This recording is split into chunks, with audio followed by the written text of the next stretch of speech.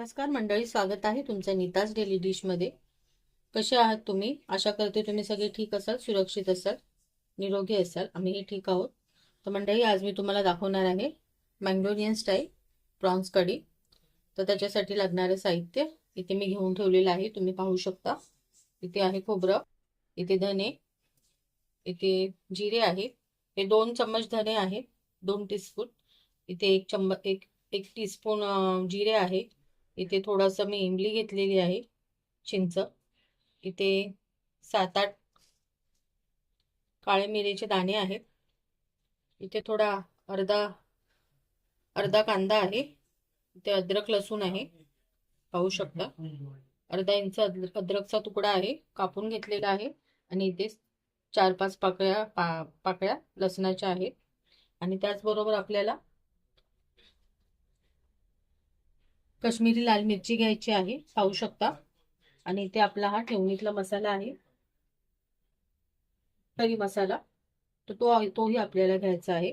इथे मी घेतलेला आहे। तुमच्याकडे जर कश्मीरी लाल मिरची असतील तर त्याही तुम्ही घेऊ शकता। माझ्याकडे नव्हत्या म्हणून मी कश्मीरी लाल मिरचीचा पावडर वापरत आहे। तर चला आपण सुरुवात करूया। आणि इथे आपले प्रॉन्स आहेत, जे मी धुवून स्वच्छ थोडा हळद आणि मीठ लावून मॅरिनेट करून ठेवले होते, पाहू शकता। तर चला स्टार्ट करूया आजच्या रेसिपीला। तर आपल्याला मिक्सरचं भांडं घ्यायचं आहे, त्याच्यामध्ये आपल्याला हे सर्व जिन्नस टाकून छानशी अशी बारीक पेस्ट तयार करून घ्यायची आहे।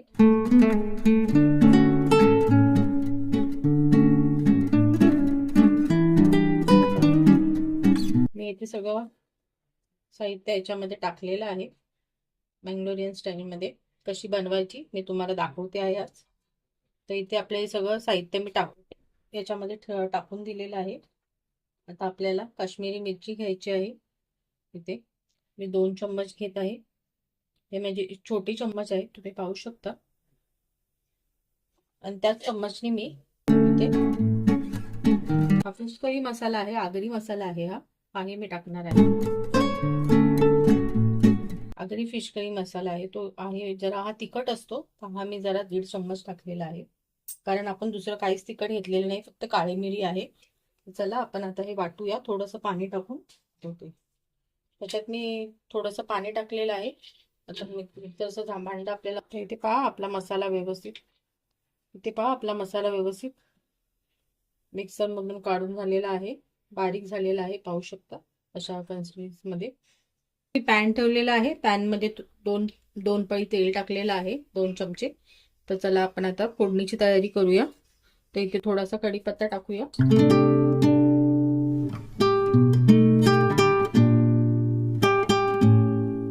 थोडी बडीशेप घेतलेली आहे तीही टाकूया। एक कांदा घेतला होता मी, अर्धा मी मसाल्यामध्ये टाकला होता, आणि रिमेनिंग कांदा मी असा इथे बारीक करून कापलेला आहे, तर तोही टाकूया आपण, फोडणीसाठी देऊया।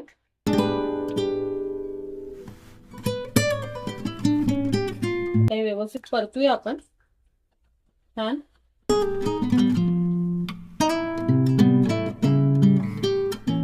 त्याचबरोबर आपल्याला आता इथे हा झिंगा आहे, त्या झिंगा आपल्याला तेलामध्ये फ्राय करायचा आहे, जेणेकरून त्याचा कवचीपणा वास पूर्ण जाईल आणि व्यवस्थित त्या चविष्ट लागतील। आपण ह्या तर तेलामध्ये फ्राय करूया, तेलामध्ये टाकूया त्याच्या, आणि व्यवस्थित त्या मिक्स करून घेऊ कांद्यामध्ये।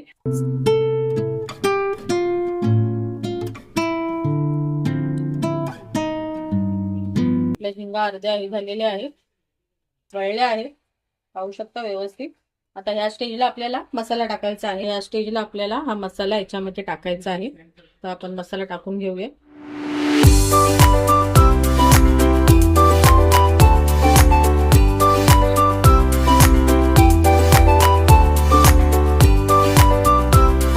व्यवस्थित मिक्स करूया।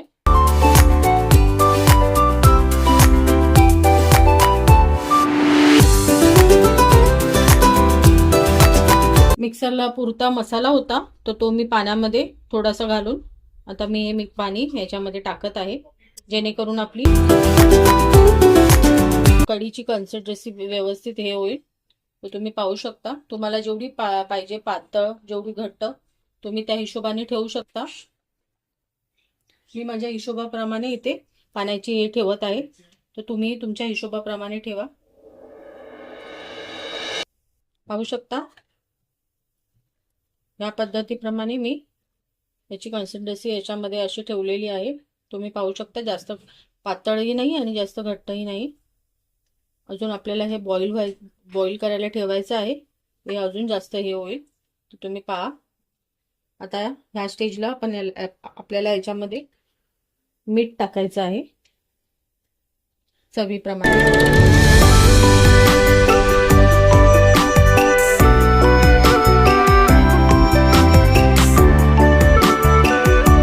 टाकली नव्हती तर थोडीशी आपल्याला हळद टाकायची आहे.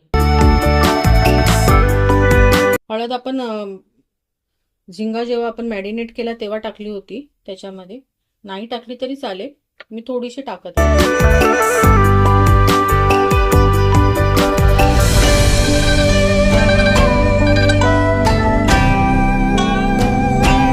आता याला आपल्याला व्यवस्थित असं बॉईल आणायचं आहे. एकंदरीत 7 ते 8 मिनिटं तरी आपल्याला हे बॉईल करायचं आहे व्यवस्थित, कारण आपले मसाले सगळे कच्चे आहेत, तर ते व्यवस्थित बॉईल करून शिजले पाहिजेत. त्यासाठी आपल्याला 7 ते 8 मिनिटं हे असंच स्लो टू मीडियम फ्लेमवरती ठेवायचं आहे. तर आपण भेटूया 6 ते 7 मिनिटाच्या नंतर. तर मंडळी, आपली मँगलोरियन स्टाईल झिंगा कढी झालेली आहे. तुम्ही पाहू शकता इथे छानसं असं नरम अशा चपात्या आहेत. आणि इथे मी पापलेट फ्राय करून ठेवलेला आहे. पापलेट फ्रायची रेसिपी माझ्या यूट्यूब चॅनलवरती ऑलरेडी मी मेन्शन केलेली आहे. तुम्हाला पाहिजे असेल तर तुम्ही जाऊन बघू शकता. इथे आपला मस्त स्टीम राईस आहे, तर आणि इथे सलाड आहे, कांदा ठेवलेला आहे, इथे लिंबू आहे.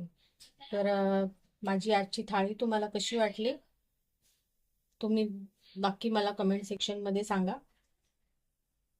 रेसिपीला जास्तीत जास्त लाईक, शेअर आणि सबस्क्राईब करायला विसरू नका. आणि माझ्या पद्धतीने तुम्ही अशी करून पहा, नक्की तुम्हाला आवडेल. तर ही रेसिपी तुम्हाला कशी वाटली नक्की सांगा. रेसिपीला लाईक, शेअर आणि सबस्क्राईब करा. भेटूया पुन्हा एकदा अशाच एका नवीन रेसिपीसह. तोपर्यंत काळजी घ्या. बाय.